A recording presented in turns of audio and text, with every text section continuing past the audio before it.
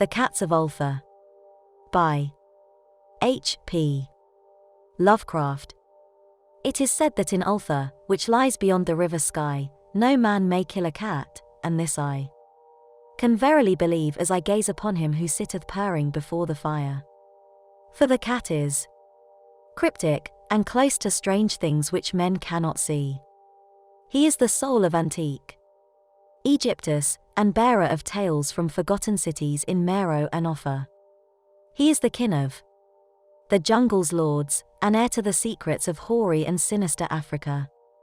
The Sphinx is his cousin, and he speaks her language, but he is more ancient than the Sphinx, and remembers that which she hath forgotten. In Ulthar, before ever the burgesses forbade the killing of cats, there dwelt an old cotter, and his wife who delighted to trap and slay the cats of their neighbours. Why they did this I know not, save that many hate the voice of the cat in the night, and take it ill that cats should run stealthily about yards and gardens at twilight. But whatever the reason, this old man and woman took pleasure in trapping and slaying every cat which came near to their hovel, and from some of the sounds heard after dark, many villagers fancied that the manner of slaying was exceedingly peculiar. But the villagers did not discuss such things with the old man and his wife, because of the habitual expression on the withered faces of the two, and because their cottage was so small and so darkly hidden under spreading oaks at the back of a neglected yard. In truth, much as the owners of cats hated these odd folk, they feared them more, and instead of berating them as brutal assassins, merely took care that no cherished pet or mouser should stray toward the remote hovel under the dark trees.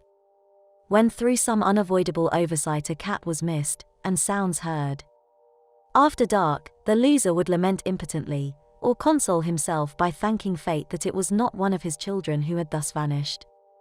For the people of Ulthar were simple, and knew not whence it is all cats first came.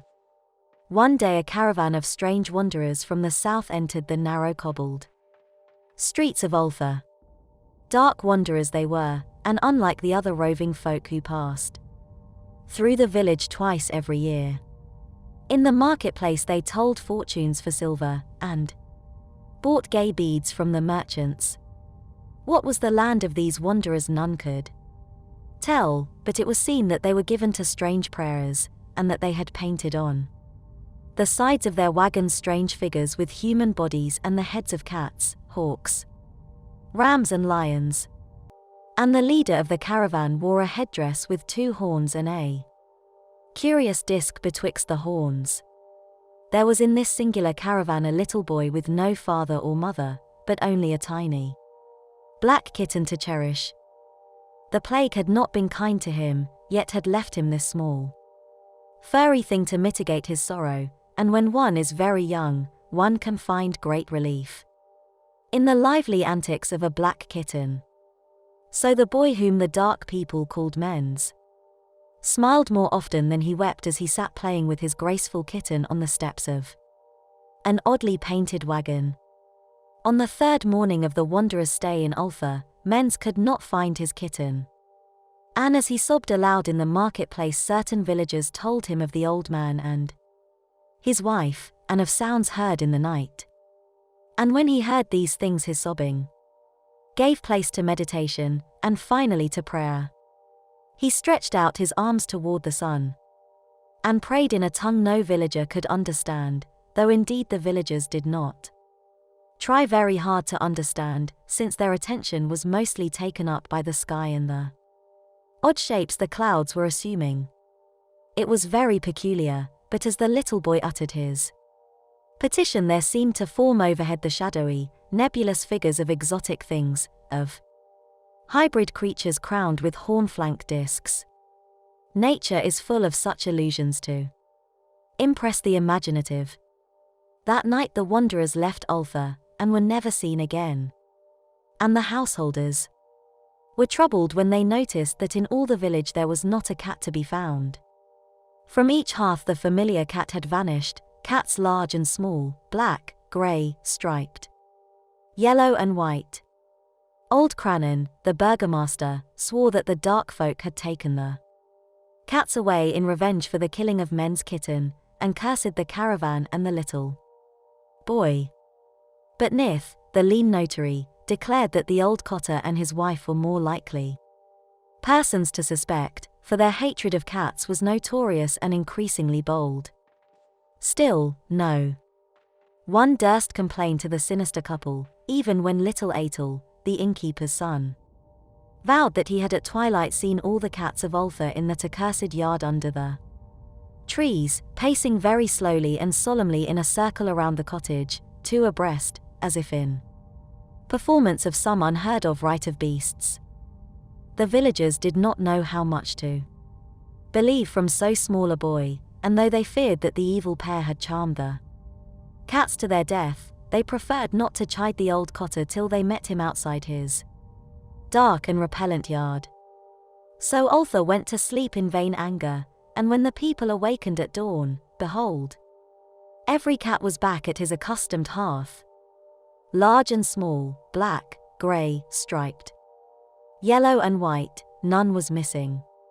Very sleek and fat did the cats appear, and sonorous with purring content. The citizens talked with one another of the affair, and marvelled not a little. Old Crannan again insisted that it was the dark folk who had taken them, since cats did not return alive from the cottage of the ancient man and his wife. But all agreed on one thing, that the refusal of all the cats to eat their portions of meat or drink their saucers of milk was exceedingly curious. And for 2 whole days the sleek, lazy cats of Ulster would touch no food, but only doze by the fire or in the sun. It was fully a week before the villagers noticed that no lights were appearing at dusk in the windows of the cottage under the trees. Then the lean Nith remarked that no one had seen the old man or his wife since the night the cats were away. In another week the burgomaster decided to overcome his fears and call at the strangely silent dwelling as a matter of duty, though in so doing he was careful to take with him Shong the blacksmith and Thul the cutter of stone as witnesses.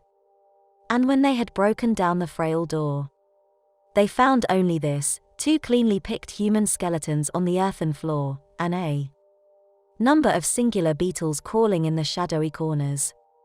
There was subsequently much talk among the burgesses of Ulster.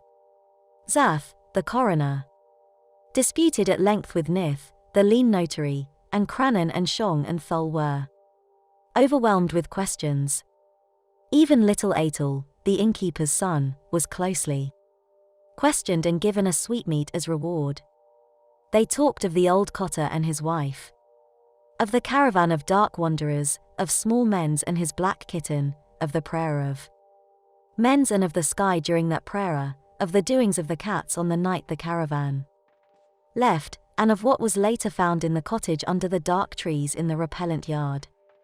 And in the end the burgesses passed that remarkable law which is told of by traders in Hatheg and discussed by travellers in Ni, namely, that in Ulster no man may kill a cat.